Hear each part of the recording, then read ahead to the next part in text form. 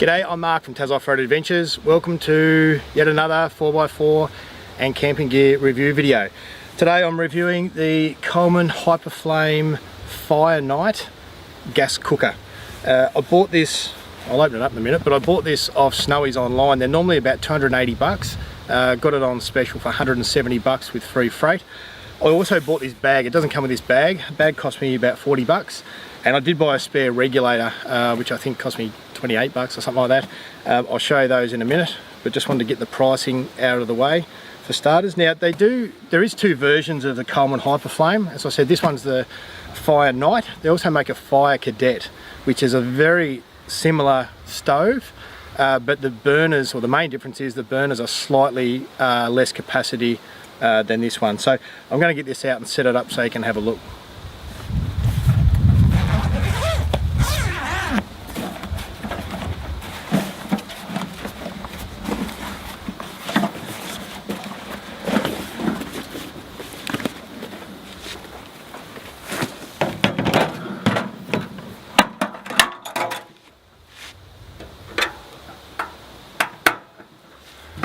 Right, hopefully you can see that all right in the video. It's obviously comes in this neat carry case with a pretty sturdy handle, and you've got this basically used as a wind deflector, which it doesn't actually really need because it's got these sort of trivets here that essentially stop it from blowing out. Now I said it comes with a regulator, which is this attachment here. I did buy a spare one purely because I've read online where people have said that the regulator failed.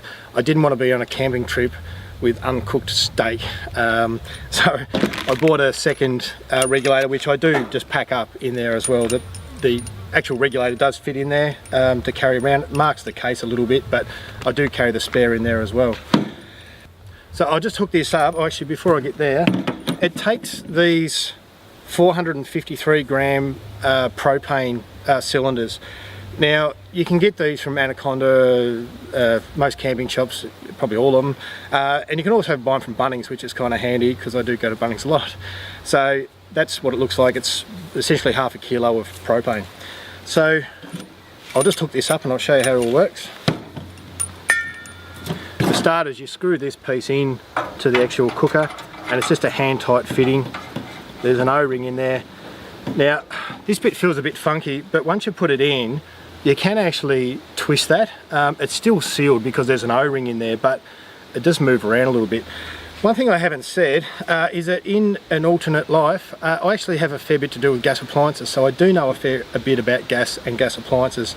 So I do find that a little bit unnerving when you can move that fitting, but I can assure you it doesn't leak.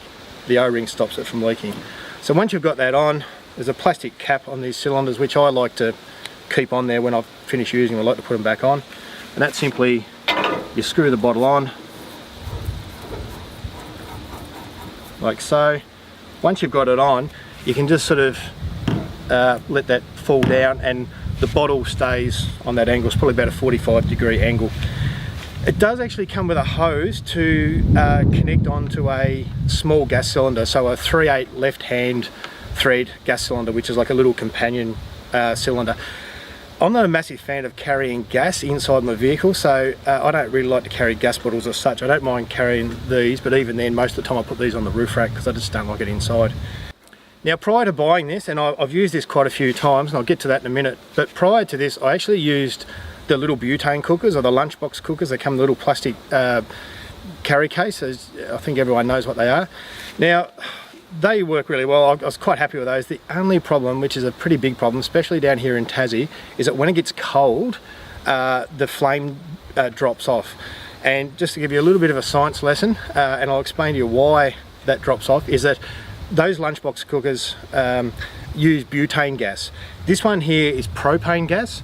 Now butane and propane are both come under the family of gases called LPG, so liquefied petroleum gas. The difference is that, well, both gases actually come in liquid form. Butane boils at minus 0.4 degrees. Okay, now propane boils at minus 42. Now when that liquid boils, it produces the gas.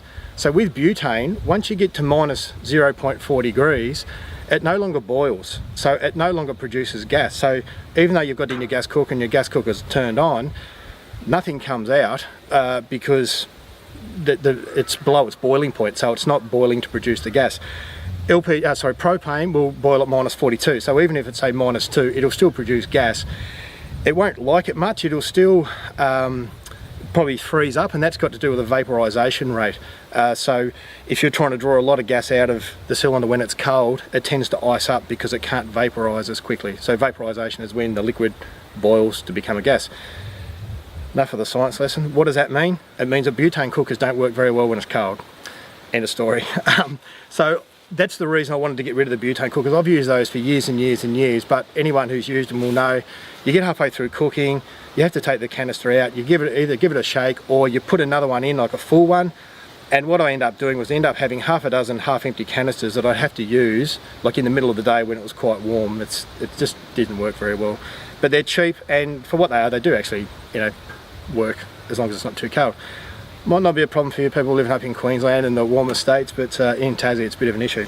So I decided I wanted to give the propane ones a go, and sort of did a bit of research and to come up with, well, this seemed to be the best one on the market, so I actually bought it. Now, the burners are both 12,000 BTUs. Now, that might not mean a whole lot. Your normal high pressure little camp stoves are probably around 5,000, maybe 8,000 BTUs. But just to give you an idea, if you've got a gas cooker at home or gas cooktop with a wok burner, that's usually around 15,000 BTUs or 15 megajoules. This is only 12,000, might be 12.5 actually. I need to maybe read the specs, but I think it's yeah, it's 12 or 12.5 thousand BTUs. Now that said, this will put out, and I've got one of those cooktops at home that's 15,000 BTUs. This will boil water a lot quicker than that, so it's got to do with the pressure as well. So even though it's theoretically smaller than the cooktop at home, the wok burner, it is actually hotter. And that's got to do because it comes out at a higher pressure. This, I think it's set at about 70 kPa. The good thing about this and these trivets, I'm not sure if I can pull those out. I think, yeah, it's got this trivet. I'm not sure how well you can see that. I might try and give you a bit of a close-up. But these trivets got these perforated holes around them, and because of how fierce the flame is, it doesn't blow out in the wind, and that's one of the major drawcards to having one of these.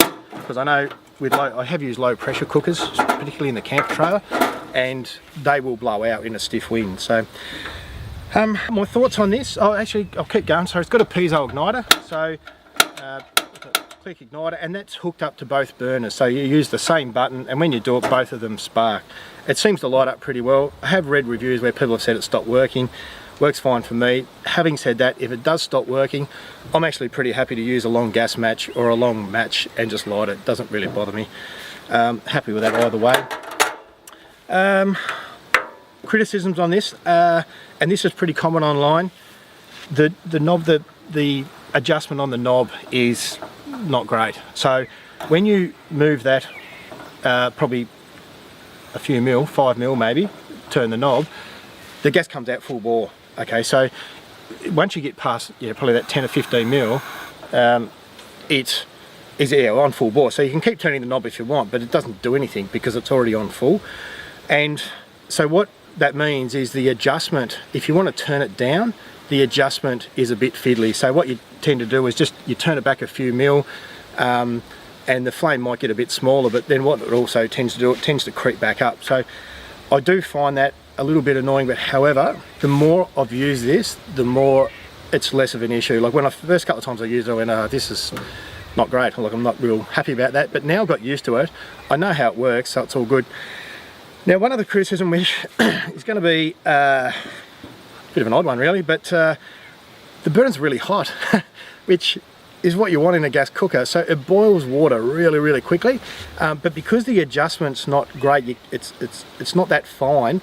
I do find it if you're cooking snags or something in a fry pan, it does tend to cook them really quickly because you can only turn it down so far. It would be kind of cool, like I said, both burners, and someone googled this for me, it was 12,000 or I'm pretty sure it's 12,000 BTUs, if not it's 12,500 BTUs. It'd be kind of cool if one was 12.5 and one was, you know, 8 or 9, because then that way you could have one for boiling water if you want to just heat something up real quick, and then the other one just fine tune a little bit more. Other negatives is I'm not a massive fan this regulator setup.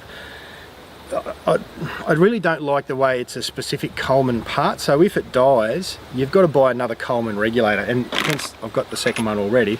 But I just don't really like the way that it's specific to Coleman, like, because you can buy a 70 kPa high pressure regulator off the shelf at probably a plumbing supply shop or somewhere like that, but it's not going to fit up because the fittings don't match. And that's a little bit annoying that Coleman go, yeah, no worries, we're going to make a regulator and put a fitting on it that no one else uses. So if something goes wrong or you want to replace something or modify it, you have to come back to us. So I do find that a little bit annoying.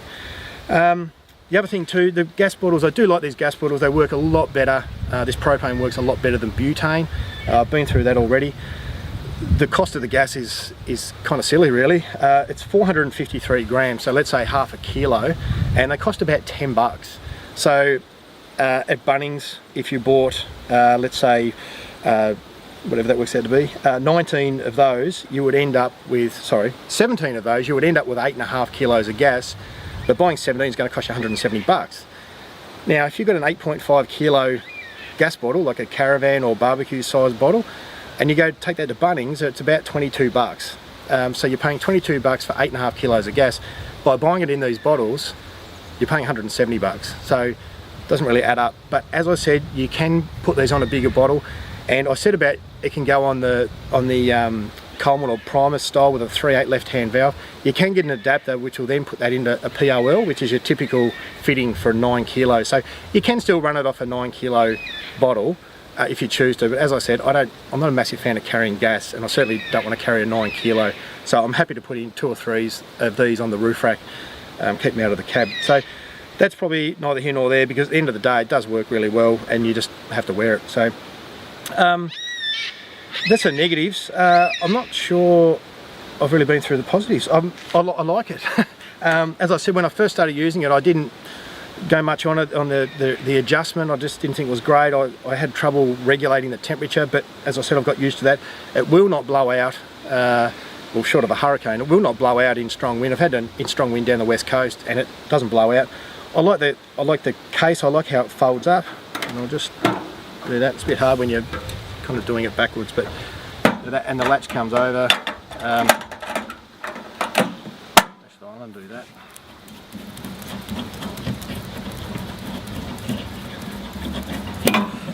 Like so. Take the regulator, actually. Pack that up too early. So that slips in there. There's a hole where that slips down. It does scratch the surface on there, as I said before, but I'm not too fussed about it. I just stick the spare reg in there anyway. Close the lid. And if you don't buy the optional carry case that I bought, you simply pick it up and carry it around like so. But as you saw at the start of the video, I did buy the optional carry bag. One other thing I did forget to mention was, I said I wasn't happy. Well, I'm not. It's not that I'm not happy. I'm just not overly keen on the whole regulator setup and Coleman dictating that you need to use their gear. The other thing is too, is when the gas bottle sits down here like this, it's pretty close to the flame. It's not real close, but there is a pressure relief valve here, so there is the chance that it could actually spew gas out and it could light up. It's probably not likely to happen, and it's probably no different to having a 9 kilo gas bottle, you know, sitting under your barbecue at home. So it's probably, I'm probably splitting hairs. It's just something I look at and I go, oh, that could probably be better. But once again, it does come with that optional hose. The hose clips up or screws into there, and then I'm not sure, I think it was 1.2 meters long, and that comes down, and your large, not this one, but your Primus or companion style cylinder can sit under your bench, so that wouldn't be a problem. All in all, I like it. It's not perfect, but I still do like it, and this is the best. I've used a lot of gas stoves over the years, over a long period of time, and this is the best one I've ever owned. It's much better than the butane cookers that I use. It works a lot better, as I said about the propane having a greater vaporization rate. So in cold weather it works a lot better. I like the case, I like the bag that I bought for it. It's not 100% perfect, but I'm happy with it, and it does get a thumbs up from me.